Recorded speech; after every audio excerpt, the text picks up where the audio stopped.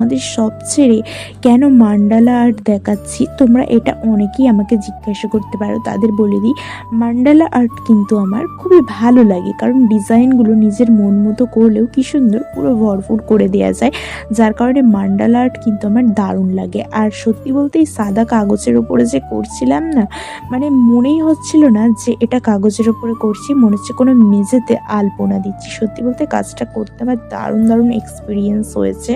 আর আমিও ভেবেছি এবারে আমার প্রত্যেকটা পোস্ট করার পর তোমরা যে কিউট কিউট কমেন্টগুলো করো, সেইগুলো আমার প্রত্যেকটা ভিডিওতে আমি তোমাদের পড়ে শোনাবো।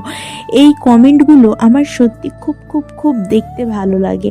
আর বিশ্বাস করো, যারা যারা আমার পোস্টে প্রতিনিয়ত রিয়াক্ট করো, কমেন্ট করো, তারা সত্যি আমার যে পোস্টগুলোকে তোমরা এত এত লাইক করো, আমার সত্যি দেখে খুব খুব খুব ভালো লাগে।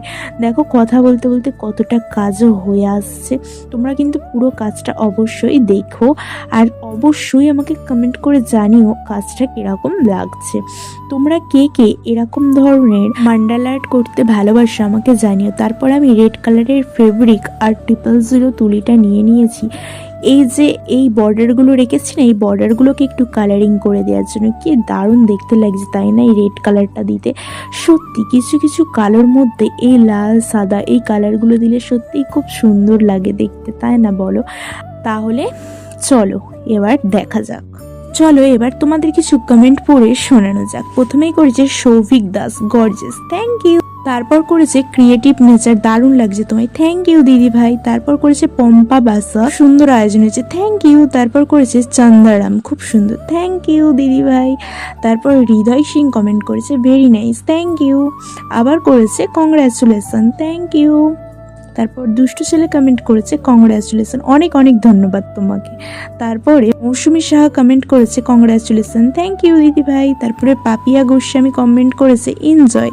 ইয়েস, আমি তো এনজয় করব, তোমরাও খুব খুব খুব এনজয় করো, আর লাইফে কোনো কষ্ট না রেখে দারুণভাবে এগিয়ে যাও। আমি ঠাকুরের কাছে একটাই প্রার্থনা করি, সবাই ভালো থেকো, সুস্থ থেকো, আর দারুণভাবে লাইফটাকে এনজয় করো।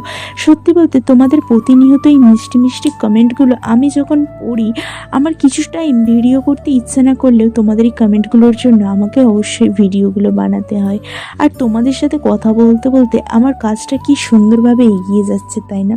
সত্যি মান্ডালা আর্ট অনেকটা ভালো লাগে।